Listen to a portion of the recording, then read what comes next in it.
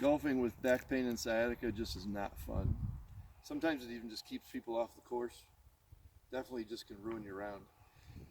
I can't tell you why you've got back pain and sciatica personally, but I can tell you that one of the things that we see oftentimes is a lack of hip rotation. Hi, I'm Mike Naparella with Peak Performance Physical Therapy and Sports Training in East Rochester, New York. And I wanted to give you another tip on how to either prevent or to help your back feel better when you're on the golf course and you're someone dealing with back pain or sciatica. So let's watch the golf swing for a second here. Particularly in a right-handed golfer on a takeaway, sure, there's trunk rotation, but your trunk's going to have to do a ton of extra work if your hip is not moving adequately. One of the ways that you can tell that is you can see this creasing in my hip. That's the hip rotation on the takeaway.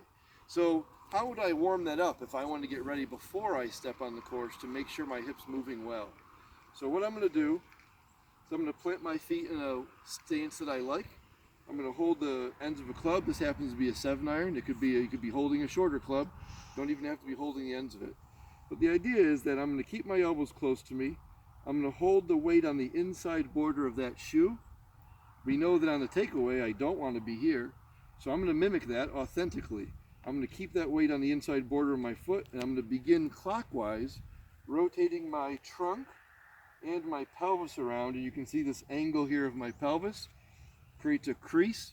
I'm controlling my knee, so I stay on the inside border of that shoe. I'm going to hold that for 10, 9, 8, 7, 6, 5, 4, 3, 2, 1. While I'm doing that, I can feel some stretching in my hip, and then I'm going to add in some extra motion just to give that hip a little bit of buffer, depending on the lie I'm standing on, and forward and backward, just to make sure that hip has really good mobility there.